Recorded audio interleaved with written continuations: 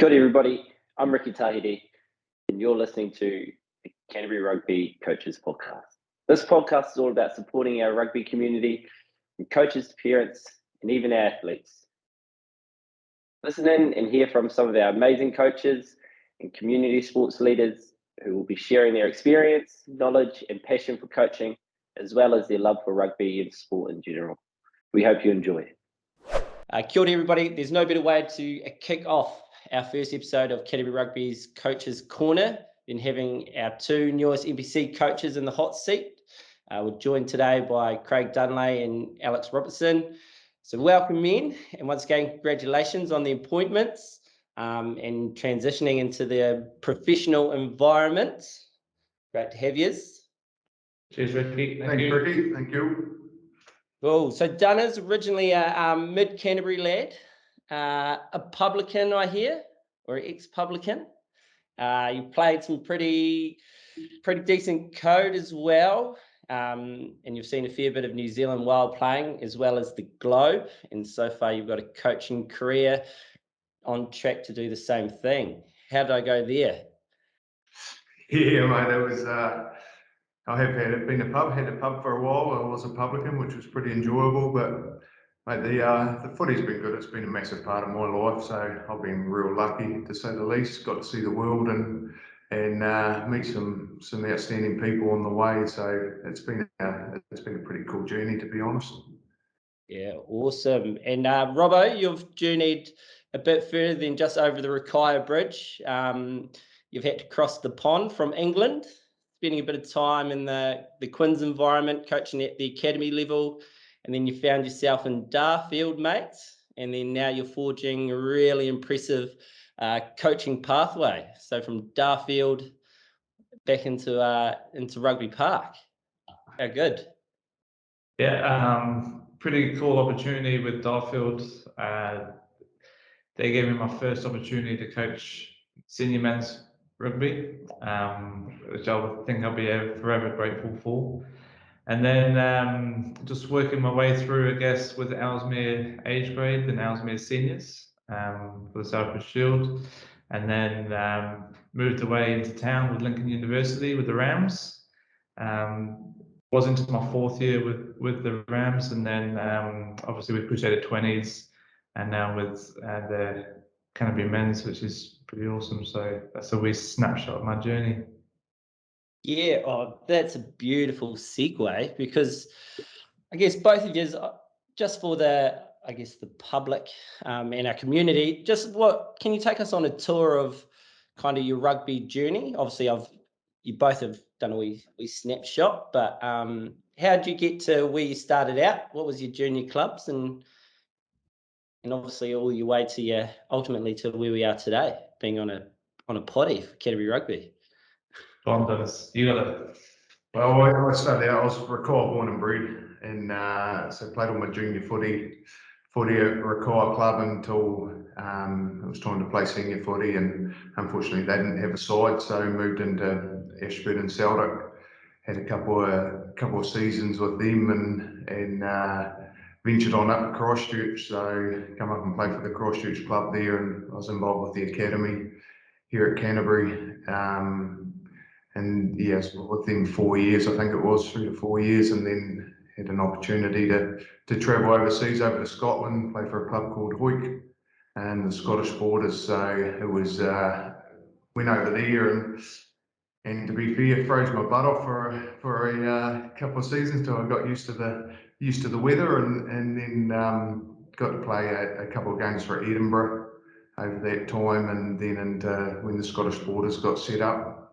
Got in and played there for a couple of seasons, and then there was just a bit of, after that they sort of weren't sure what was going to go on, whether they were going to play or disband, and they had Tony Gilbert as a coach at the time, so he wanted me to come back over here with him. So come back down and went down to Otago and played down there for a bit in Southland, and then sort of went back over to the UK again. So it was played for Clinithy Scarlets for a couple of 2.5 years, I think it was. It was meant to be a 6-month injury cover, and sort of extended it out. then finished with a year at Exeter Chiefs, and then it was sort of time to come home. Had an option to stay, but the wife had followed me around for a fair few years here and there, and at the time her mother hadn't been overly well, so it was time to bring the grandkids back to New Zealand. So come back here and played back at Riki, which was they were back in senior footy by then. So that was quite awesome to get that opportunity to play senior footy for them, and then sort of went into a coaching role with them as player coach, and then head coach, and then come through Mid-Canterbury. So done their development squad and then the NPC squad. I was involved around there for a few years. Got involved with New Zealand Heartland 19s at the old under-19 national tournament, and then from there met up with Alex. We sort of first really connected them with Canterbury Country. Done a season with them, which was real cool. Just for me, it was looking at different players that I hadn't seen in Canterbury. You'd seen the same players year on year, so that was something that was really cool, really refreshing. And then Shield. Yeah, got the Crawl Shield. I think they've still got it because it's never been played for again since then. So, and so that was it was first time we'd won that in about 12 years, I think it was. Jeez. And then we linked up again at Lincoln Uni the following year for a couple of years. And then I sort of left Lincoln and went into Christchurch to be the rugby development manager. Gives us an opportunity to be involved with rugby a wee bit more. And then from there, I was pretty lucky to be involved with Canterbury B and Crusader under 20s this year, and then done the NPC scrum last year, and then sort of got a good gig this year to expand that role into the forwards coach. So pretty exciting, really. Yeah, it sounds a heck of a journey. Obviously, you got a lad out of Riki, and then he finds himself on the Scottish borders. The weather must be pretty similar, though, I'd probably imagine. They're getting pretty cold days down there in Mid-Canterbury. Nothing compared to that. How cold it was. You know, I remember one day with the scrum machine, it was actually frozen to the ground. So we're trying to have a scrum session, it wouldn't move, and it popped off, slid across the ice. We all landed face first in the mud, and welcome to Scottish rugby. Oh, how good. Awesome. What about yours, Alex? Take us on your tour from how you got from England to Darfield. Yeah, so when I was younger, it was with Harlequins Academy and managed to play England schools. So that's where my kind of playing career highlights were. And I was playing for a club in the south of England called Hove. It's in Brighton. And I met a guy called Blair McElroy there who plays out at Darfield. People know him as Sheep. And he played for our club for 2 years, and he said, look, if you want to come back to New Zealand and experience New Zealand, then there'll always be a place for you. Kind of sitting at my desk, kind of had an epiphany. He said, fuck it, I'm going to go. I'm going to head down to New Zealand, and I gave him a call, and I think within 2 or 3 months I was at his place in Darfield. So I played a season there with Darfield, and then the second season I was a player coach with Richard Lowe, the All Black. Yeah. So I coached with him for a year.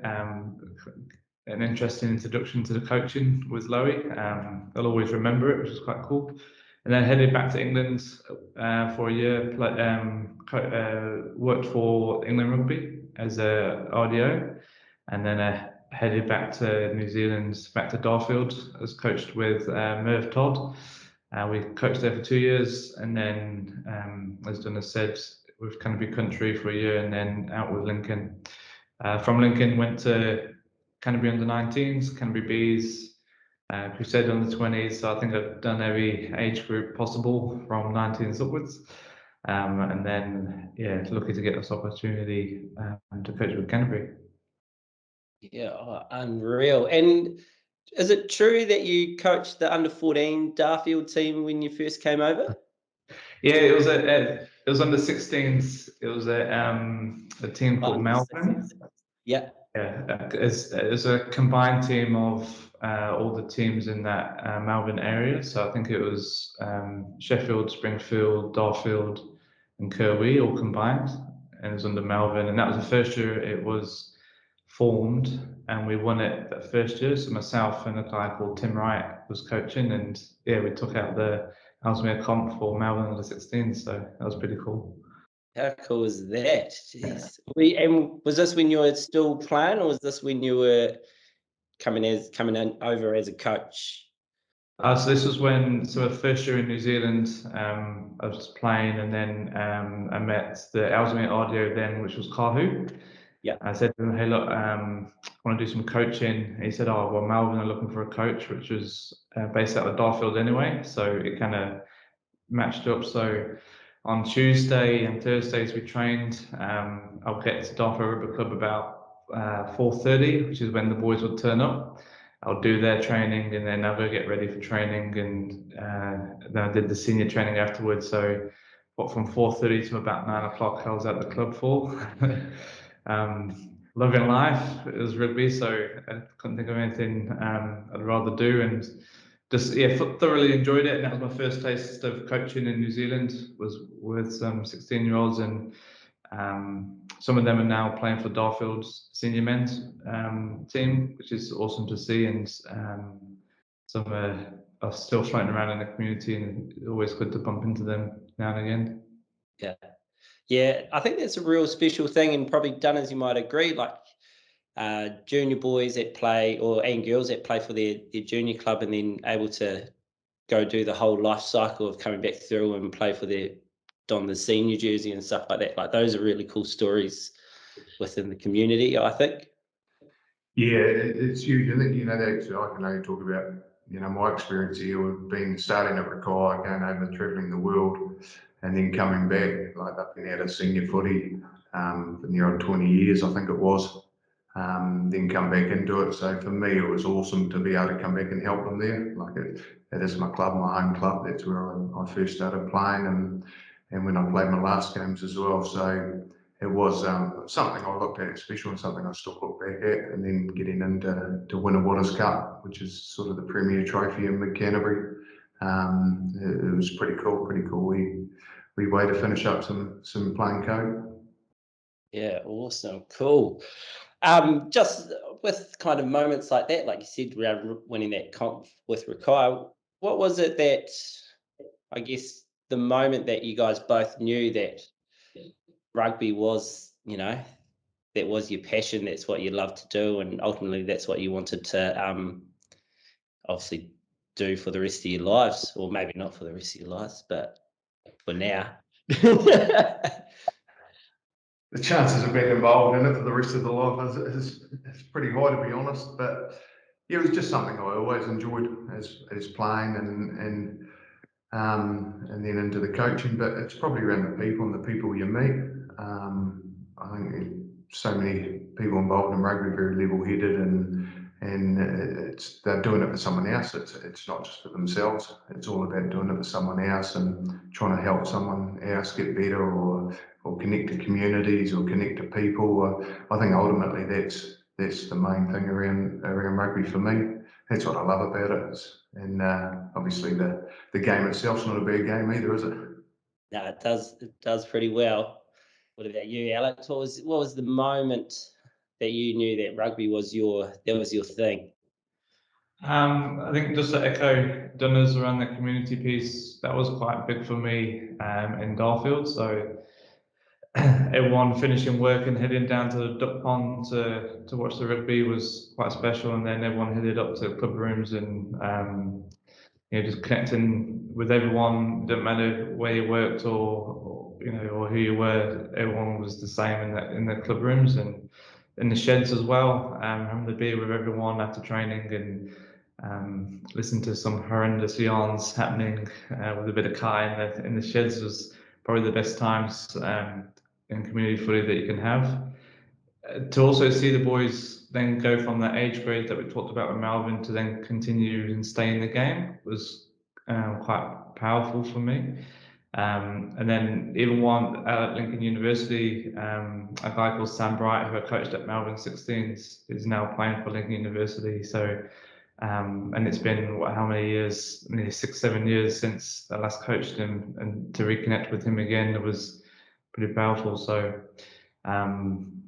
just those moments like that, I knew that I wanted to be in rugby for the rest of my life. And when you start thinking about it at 12 o'clock at night, you wake up with an idea that you've got to scribble down to try at training the next day.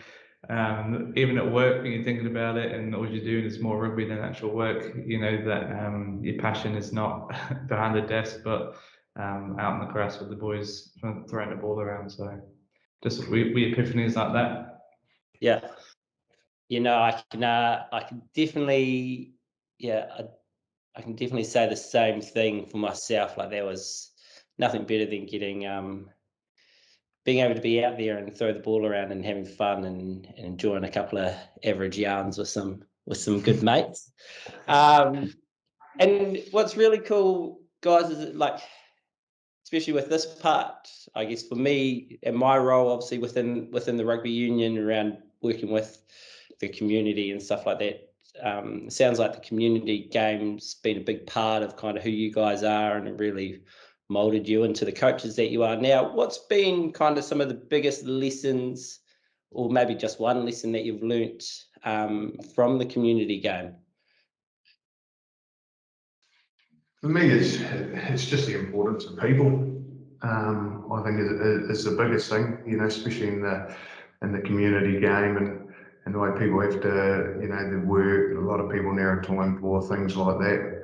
They come from all different walks of life, so it's about trying to connect with them, and so to me, ultimately, everything's around the people. I love that side of things, and having a yarn and seeing where people are from and what they've done, what their background is, and you know what makes them tick about rugby is pretty cool. And I think the exciting thing about that is everyone's different. What is for one person is not for the next, and I think that's the real cool thing about it. Is I suppose it's the humans, aren't we? We're all different. We all come from different backgrounds, and everyone's got something different that makes them tick. So rugby's no different. Good answer. Thanks. I scripted it. Can't be that one, jeez. Yeah, media trading's kicking. Well, I guess the biggest thing, just connecting back to Dunlea, is understanding why people play rugby. People obviously work during the day, and then rugby is probably their stress relief or a chance to connect with somebody else, and to have those beers in the sheds, or non-alcoholic beverages in the sheds. I think that's the biggest thing, or the lesson I took. And no matter where you go, even in professional rugby, everyone still has a why and why they play it. So understanding what that is and help drive that why within that person. Yeah, mate. You guys have both just knocked it out of the park with those answers. We'll switch gears up a little bit and let's talk about this season. So everybody, I'm sure you guys are pretty excited. I know we're all excited as avid Canterbury rugby fans. What are you excited the most about this season? I like how you keep passing it to Dunlea first. The challenge of it, you know, the whole challenge of it is, you know, coming on with, you know, you look at Canterbury and the last championship we won was 2017. The challenge of that is obviously the Ken Dabbs himself want results, and they want people that, you know, they want to see the victory and the trophy back there. So that all adds to the excitement of it, I believe. You know, it's about making sure the players, and well, as coaching staff and that as well, we understand that you know, we have got a fair bit of pressure, but it's for the right reasons. It's because people want to see results, and you know, ultimately we just want to see Ken Dabbs be proud of us, and as a group we want to make sure that we do things right, that you know, Cantabrians are proud of us and proud of what we're doing, because at the end of the day we're representing them. So we've got to remember that we've come from clubs. Everyone that's played here has come through the club system or the community system, and yeah, we're lucky enough to get paid for it now and things like that. But ultimately, we're still representing everyone else who wants to follow us. So that's my biggest reason about trying to do people proud of what these guys are hopefully going to achieve. Yeah, that's awesome. I think also around that is, if you look at our team on paper, I'd say we've got the strongest team in the competition, and I'm quite proud of that. So to get the guys up and running and playing some pretty exciting footy is probably the most exciting thing about this year ahead. Getting back to where can be play with that set piece and that staunch defence, I think is going to be crucial for us.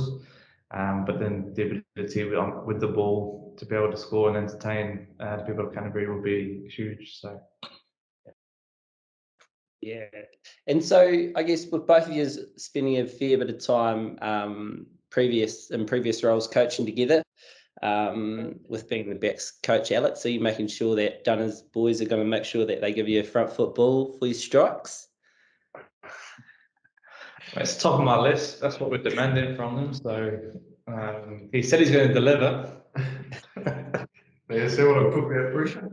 Yeah, and I bet you're making sure that his boys don't drop it. I'm still here just trying to find an extension cord to run the coffee out for their wee tea and biscuit breaks. I'm not sure what packs do out there sometimes.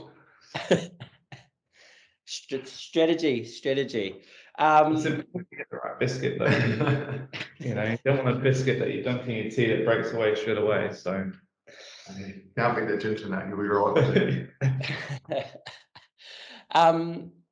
What gives you guys, I guess, the biggest? You've talked already around about being proud and connecting with people, but what is it that gives you that real buzz and sense of motivation to actually, I guess, ultimately become a professional coach and get into the getting into the boiler room? I guess there's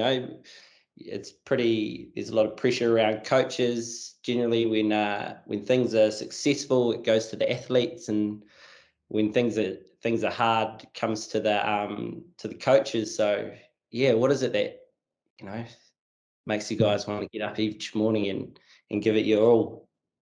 I think one of the lessons through working in the community and with clubs like Dartford and Lincoln Uni, we as coaches obviously you want to try and do the best you can for the players, and best you can for the club. So you're always going to work hard naturally, I think, around that. But one of the key lessons that I've learned is around how do we keep it fun, how do you keep it engaging. So it doesn't matter around the external pressures that get applied to you.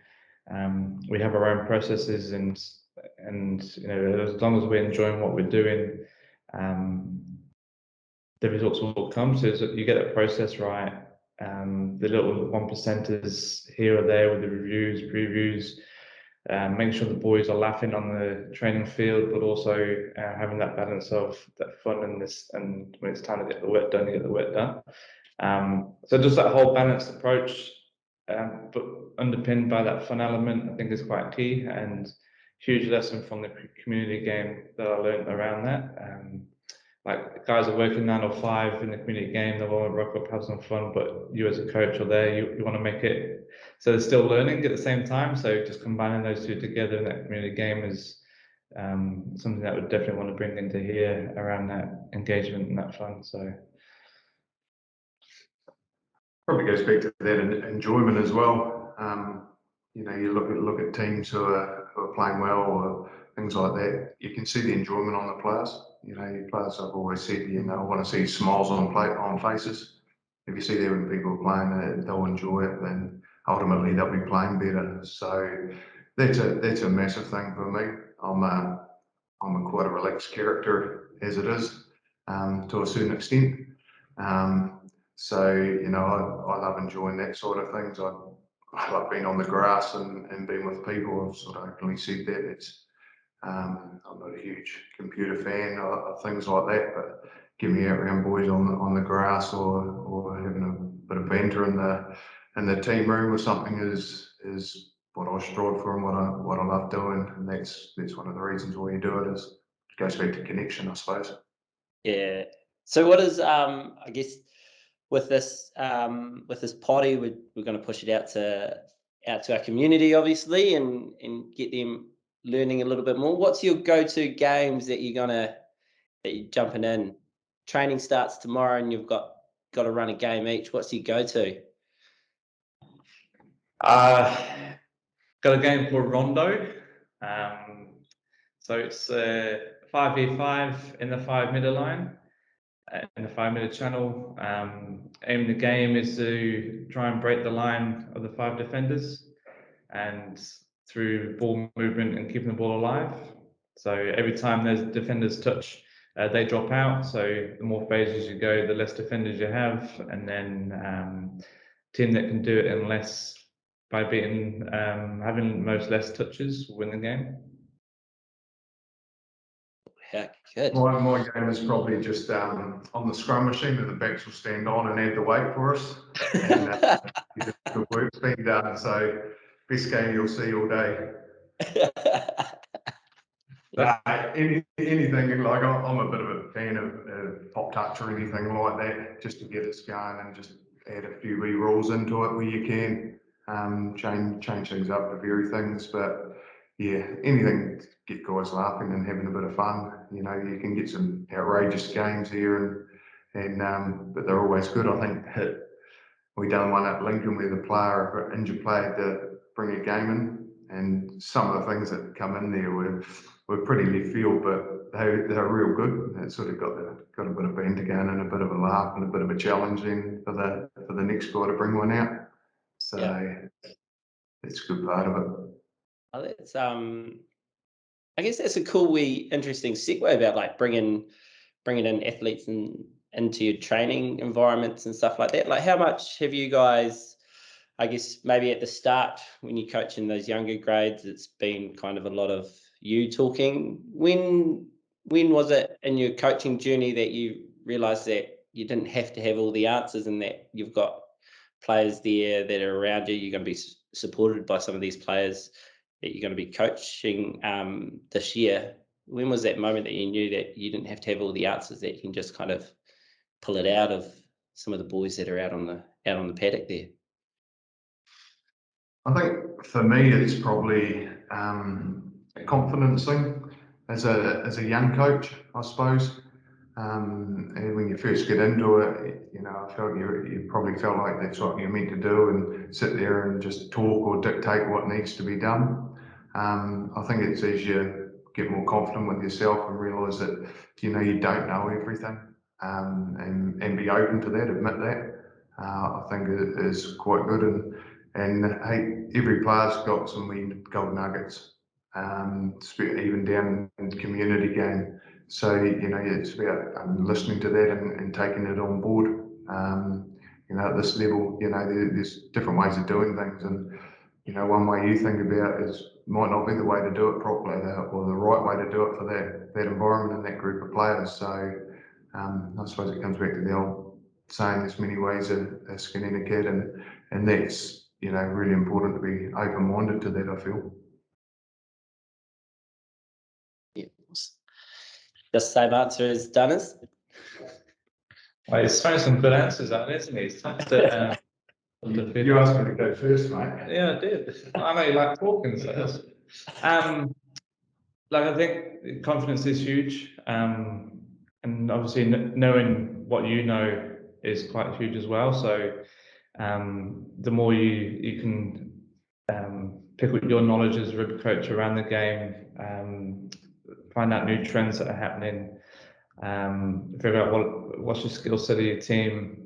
You know, those little things as a coach you can pick up with your team allows you then to go and ask those questions. And if you know someone's quite intelligent in terms of rugby field, but quite quiet in nature as a person, then how do you extract that information from his or her brain onto the field, and giving them opportunities to actually express themselves either through talking or through playing on the field, I think is a key skill of a coach. So confidence is huge, but also knowing your craft and knowing your stuff is also quite huge as well.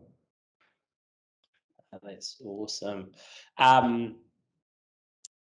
We're going to switch it up again. So we've got some quick fire questions, and wow, just want to put you guys in the hot seat and think a little bit laterally. So both of you, or maybe it seems you're here together and you guys have got so much history together, you might have to do this together, but you're having a dinner party and you're inviting 3 friends each.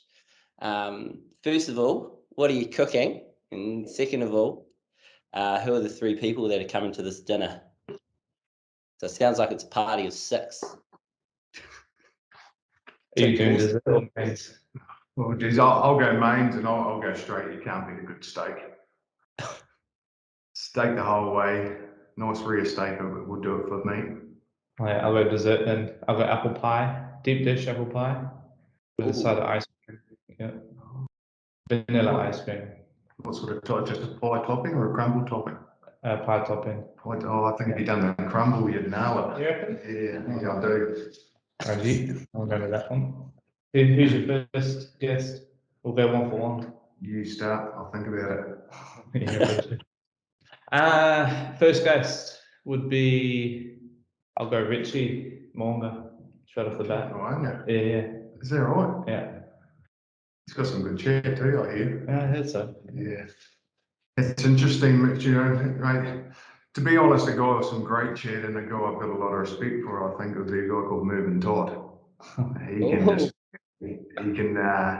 can bring the chat. He's a good boy. I think he'd fit right in. Coach your car as well, didn't he? He did as well. Yeah. Second person. Oh, don't know. Shit, that's a good question. Big hero of mine. I'll keep it on the rugby theme. Big hero of mine is Johnny Wilkinson. Obviously being a wee pom, slotting that 2003 drop goal, and his dedication to work and getting the details done. That'll be my second person. It was so much 2 tens, pal. Yeah. Can you imagine how much chat's going to be with that lot? Off the chart, mate. Off the chart. You know, I'd probably have to level that out with a guy that from that side of the world, but he has got some. I'm not sure if you call it good chat or not, but I think he'd fit in quite well. But he'd just level the tens chat, and we'll go Ollie Jaeger. Ollie Jaeger. He's got a hell of a chat. Hell of a beard. Oh, It's impressive, isn't it? Yeah. but he does. He is a very good speaker. He'll get the play. He'll just equalise at 2 tens. Well, Alex is at 10, 3 tens in the room. We've got to. We just got to bring it down a wee bit, don't we? Last one, I guess for me would be, there's quite an inspirational person. I'd actually bring in Barack Obama. Barack Obama. Yeah, or left field. Yeah, someone who's led the most. USA could be powerful country in the world, or the most decision-making power in the world. So understanding how his brain works would be quite cool. It's very intelligent. Yeah, it will be. Geez, I think for my last one, I probably have to keep on the sporting theme. A guy that I think has been probably one of the best athletes in the world over his time, and that'd be Michael Jordan. So I think bring someone like that and it'll be good. What an absolute dinner this is going to be. We've got steak and apple pie, and then we've got a really good group of lads that are coming together for a good old. By the sounds of it, we're just going to be sharing chat and banter for the whole night. So, how brilliant! Well, what could you ask for out of a dinner? Exactly. You've got probably 2 of the most influential Americans that I can think of with Barack and MJ. Got a couple of tens, start talking kicking and running strategies, and then you've got big move from out at Darfield and Ollie Jaeger to kind of really make sure that the conversation stays on track. Yeah, definitely. Yeah. They'll be honest, boys. They'll keep it straight in there, eh? Yeah, yeah. No, that's good. There's definitely going to be no leftovers. One of your What's one of your favourite rugby memories, coaching or playing? Oh. I think coaching would be winning the Metro competition with Lincoln University, the Rams. Particularly special because the age of that group was 19 and a half years old. That's the average age of that team that played in that final. They kind of went through a transition year of losing probably about 10 players, and then majority of the boys were first years coming out of school with a hint of old boys heads in there. So to see them go ahead and win that championship was pretty special from a coaching point of view. From a playing point of view, was obviously wear the rose on the chest. Good.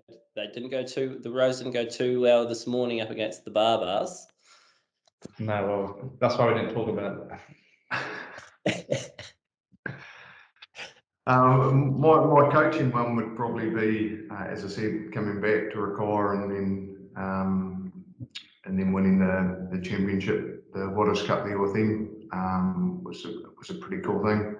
I don't think at the start of the year teams read us off. No one thought we were ever going to be close to it. So to come through and went well in the combined comp, but then went through and win the Waters Cup final was a pretty cool experience, especially seeing some of those old club stewards and the celebrations that went on there was massive.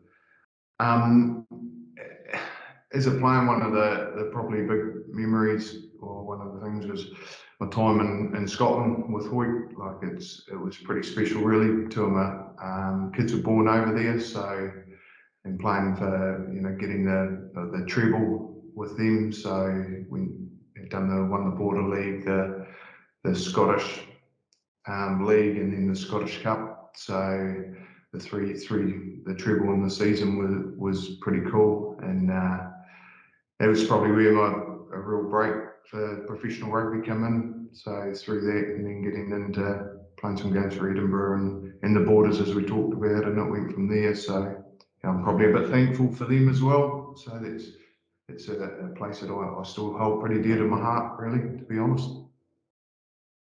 That's that's some real awesome memories. That I didn't realise your team was that young, Alex, when you guys won it. Jeez, that is outstanding. Yeah. I think what's quite special about that team as well is we've followed them through with Canterbury under 19s and coached them in Crusaders under 20s. And then some of them will be in the NPC team for this year as well. So I think that's the kind of special bit about it as well. Yeah. I think there's 3 players who were under 18 that year: George Bell, Seb Calder, and Joe Bryle. So we had to get permission for them to play senior footy for the year, and they're all made New Zealand 20s this year. So that's awesome, eh? Yeah, well, that's another cool little life cycle of rugby thing that you guys have been a part of. Obviously, Alex, you were talking about your boys from the under 16s group. Now they're playing senior footy for Darfield, and then now you've just been part of kind of these 3 young men's journey, or both of yours, and then you've seen them follow them all the way up into the under 20s and even further, and hopefully even further. You guys be a part of their journey, so that's awesome. What's one bit of advice that you'd give a young Alex and a young Craig starting out on the coaching journey? But if I told a young Craig that one, don't watch so many scrums. There's more to rugby than scrums. You're lying, you're lying. What would I say to a young Alex? Don't worry about making all the mistakes that you've made. They're obviously part of your development, so don't stress over them. I think sometimes I could lose my head with, if I made a mistake, I'd be thinking about it like for 3 or 4 days. That training session was rubbish. I didn't do my best. You know, the boys didn't enjoy it. So just make sure you learn from that and brush it aside pretty quick. Like take a few points from it, but brush it aside pretty quick and move forward. Don't dwell so much on it. Yeah, that's I really like that point. So I'll give you a little bit more time, Dunners. But I think that's really important for coaches starting out. Is you're gonna get it wrong, and it's all right. Like, so the quicker that you can, like you said, the quicker you can brush it off and learn from it, the quicker you're going to be able to help your players get better. 9 times out of 10, the players probably don't even know that you got it wrong. So, well, hopefully they don't know that you got it wrong. But you've got time to fix it. You've got another training to get everything right and going again. But no, that's a cool point. Learn from your failures. Find success in it. Massive, isn't it? You know that I learned this the other day actually. Fail means first attempt in learning. That's good. Yeah. What's it called? Anagram? Yeah, or acronym? Acronym, Yeah. Oh, we're about to catch up doing another one of these webinars with a guy called Bill Bestick, he's an anaesthetist and a commercial helicopter pilot. And before all of that, he's an ex-SAS soldier, and he's real big on learning or finding success in failure. So he's going to be talking to some of our coaches and stuff around how we change that mindset to see failure as an opportunity for success. So yeah, big advocate of that at the moment. Dunlea, that's been enough time. Surely you've got your answer. Still thinking. No, I think for a couple of things from me, especially for a young me, was you probably felt, and I probably touched on it before, you felt you had to know everything when you obviously don't, and you never do. You know, I don't think you'll ever know everything. That's part of learning. And the other one I really think is probably setting out. You thought you're on a bit of a coaching journey for yourself, but you soon realise that you actually don't do it for yourself. You do it for the players. As much as you love it, doing it, and you love the coaching side of it and that, but you sort of realise that you actually do it for the players, and it's seeing them get better and improve and make higher teams, and that's ultimately what it's about. I think starting out you probably think it's about yourself, but you soon realise that it's not. You're just there to help and get the enjoyment from seeing their success. Yeah, it's that's a good point as well. So kind of almost like parenting in a way, isn't it? Yeah, consistently learning, aren't you? Yeah, you never quite get it right, and you're always learning, and it just making sure that that your kids are well looked after and they're enjoying their lives and stuff like that. So I think Eddie talks about it a wee bit in his book is around that.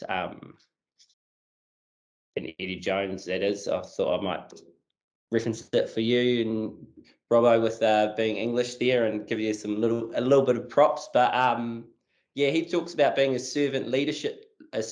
So he likes to try and make sure that everything that he does is for the team and for the player, and making sure that it's their best interests and not his own. So that's something that he's, like yourself and like all of us, it's taken us a wee while to learn that, but the faster we learn it and understand it, the quicker we start seeing results and that type of stuff. So no, that's cool. All right, we've got 3 more, sorry. Who's your favorite coach that you've had and why? Favourite coach. It'd be, for me, I wouldn't say it was around the technical aspect or anything like that. It was a guy called Ian Barnes in Hoyt. it was really, he was straight up. It was really interesting. He used to have some of his pre-match chats where some of them you'd run out and run through a brick wall. You were that fizzed. Other times you're sitting there going, what the hell's going on here? That was real different, but it was just the passion he had, like the passion that he had, and that was unbelievable. And just how he, as I said, he was just straight. He was so straight. If you had a poor game, you knew you had a poor game. Times have evolved. That was 20 years ago, and times have changed now. As a coach, you've probably got to be a bit more caring, I suppose, for players and that. But yeah, he's a guy that I've talked about many stories before. He was hell of a character, and had quite an influence, I suppose, in a way. That's awesome. Hello. I got two. First one is a guy called Hayden Westerby. He's a Kiwi living in England. First introduced to him at 16 years old, and he just bent my mind left, right, centre. Made me really think about the game, and he's quite a bit of a student, and it was more on the skills side than any structure or anything like that. So he taught me how to juggle and all that sort of stuff. And I think he works for Sport Waikato these days, I think. So he's back in New Zealand, which is cool. And the second one from a coaching point of view was probably Kahu. So coached me as a coach, if that makes sense, a coach educator. So it's the first person I was introduced to when I started coaching here in New Zealand, and really helped me grow through those age groups as a coach, and asked him to come in and do some coach ed with me when I was at Lincoln University, and just keeps challenging me on both fronts from a cultural point of view. So obviously I still want to, my wife's a Māori, and I'm still trying to learn about that side of her heritage, and Kahu's real strong into that. So always speak to him around that sort of stuff and understand it a bit more. Yeah, Kahu's it's a cool answer around Kahu, or a coach educator and someone that's helped you coach you as a coach. He's he's big on just passing on the knowledge. I know personally he's helped me out a fair bit as well on my coaching journey. So that's a cool wee answer with those ones. We talked about your go-to game. What's your go-to drill or activity? Truck and trailer, 4 corners. Oh, Blair Baxter is going to have an absolute horse fit about that one. Old school was the way forward. No, it's just like, obviously we've done it before, and some things we've done it, old school training and that, and it's amazing. I hear times have changed, and players are 4 corners, truck and trailer. So, what? What's that? That was the go-to. That's what we used to do. Warm-ups, trainings, everything. Pass the ball forward every time, but it's okay.